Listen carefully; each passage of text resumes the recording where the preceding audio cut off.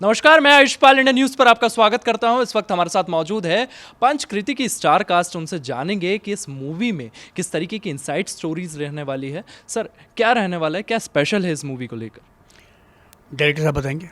आपके एक्ट को लेकर क्या बताना चाहेंगे मैं आप? पंचकृति की 5 कहानियाँ हैं, जी जिनमें से एक कहानी है खोपड़ी। जी उसमें मैंने काम किया है। बाकी की 4 कहानियाँ बिल्कुल डिफरेंट हैं।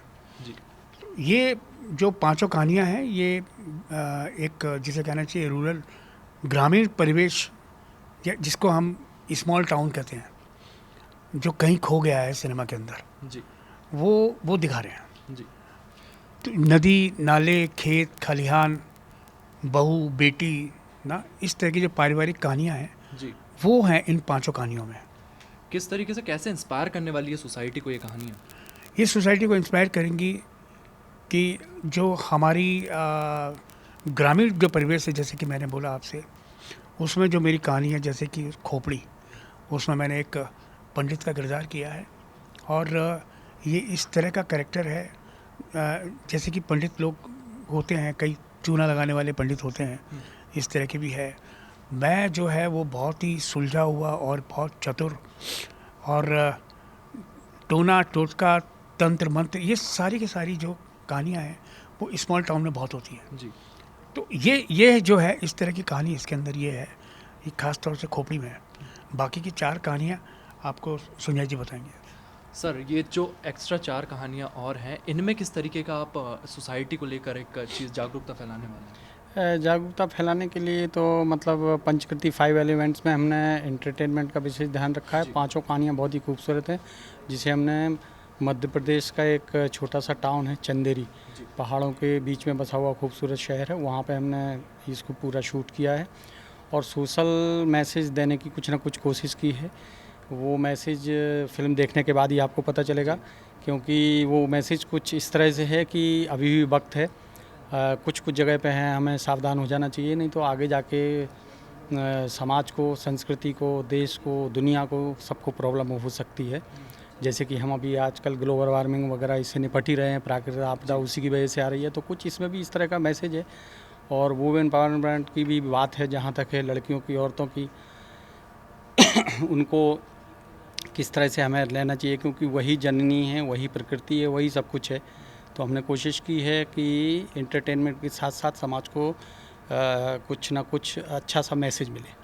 बेटियों को लेकर किस तरीके की चर्चाएं की गई हैं आपकी मूवी में? बेटियों को लेकर चर्चाएं तो इसी तरह से समझ सकते हैं आप कि इसमें जो 2 कहानियां हैं वो छोटे बच्चों के ऊपर ही है। जी। जो इसका एक कहानी का नाम है अम्मा, और एक कहानी है जो वो है चपेटा।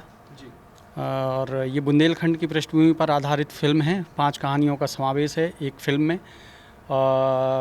पांचों कहानियाँ एकदम डिफरेंट हैं, और जिस तरह से हम लोग सोचते हैं कि हमको चलाने वाली कोई शक्ति नहीं है, कुछ कुछ जगह ऐसा लोग सोचते हैं, लेकिन आप माने या ना माने, हमको कोई ना कोई शक्ति तो चला रही है। जी तो पंचकृति में हमने विशेष इन्हीं सब चीज़ों का ध्यान रखा है। मैंने जहाँ तक आपकी मूवी के बारे में पढ़ा है, स्वच्छ भारत को लेकर भी आपने कई चीज़ें दिखाई हैं इस मूवी में, उसको लेकर आपकी क्या राय है? हाँ, स्वच्छ भारत एक अच्छा कदम है मोदी जी का उठाया हुआ, और मेरा भी ऐसा मानना है कि स्वच्छ जब भारत होगा तभी तो स्वच्छ विचार होंगे, और सब कुछ स्वच्छता से ही है। हम अपने आप को भी, आपको एक दूसरे को स्वच्छ रखना चाहते हैं, तो उसी तरह से भारत को भी स्वच्छ रखना चाहिए।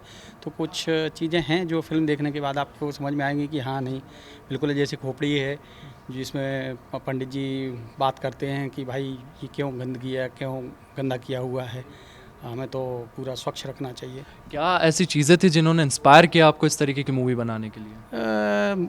इंस्पायर का तो नहीं, लेकिन ये है कि हम चाहते थे कि एंटरटेनमेंट के साथ साथ ना कुछ समाज को संदेश भी दिया जाए। तो इसलिए हमने बुंदेलखंड की पृष्ठभूमि पर ये फिल्म सोची और वहाँ जाकर शूट की। जैसे मैं भी मध्य प्रदेश से ही आता हूँ, बुंदेलखंड के बारे में बहुत कुछ जानता हूँ। वहाँ पर जिस तरीके की चीज़ें हैं, जिस तरीके की वहाँ पर महिलाओं को लेके सोच है, क्या लगता है आपको आपकी इस मूवी के बाद किस हद तक उनकी सोच में फ़र्क आने वाला है? बिल्कुल सोच में फ़र्क आना चाहिए, और हमने वहाँ की कुछ प्रथाएं हैं, जैसे कि वहाँ की प्रथा है एक स्वाटा, जो कि कुंवारी लड़कियाँ व्रत करती हैं 9 दिन का, ताकि आने वाले जीवन में, आने वाले समय में उनको किसी बेपदा का सामना ना करना पड़े। तो वो एक प्रथा जो है कि बिल्कुल विलुप्त की कगार पे चली जा रही है, तो उसको हमने उजागर करने की कोशिश की है। एक है फिल्म चपेटा, जो कि लोगों को सिर्फ शायद मुझे लगता है नाम से ही चपेटा सिर्फ याद है, बाकी तो सब लोग भूलते जा रहे हैं। तो हमने कोशिश की है कि इन 5 कहानियों के माध्यम से जो आजकल के बच्चे हैं पुरानी संस्कृति, संस्कार, सभ्यता, ग्रामीण परिवेश को भूलते जा रहे हैं, उसको वापस से लाया जा सके। इसके साथ साथ आपका जो इसमें रोल रहा है वो कितना चैलेंजिंग रहा है आपके लिए? किस तरीके से आपने इस रोल के लिए अपने आप को प्रिपेयर किया है और किस तरीके से इस रोल को पर्दे पर लाना चाह रहे थे आप?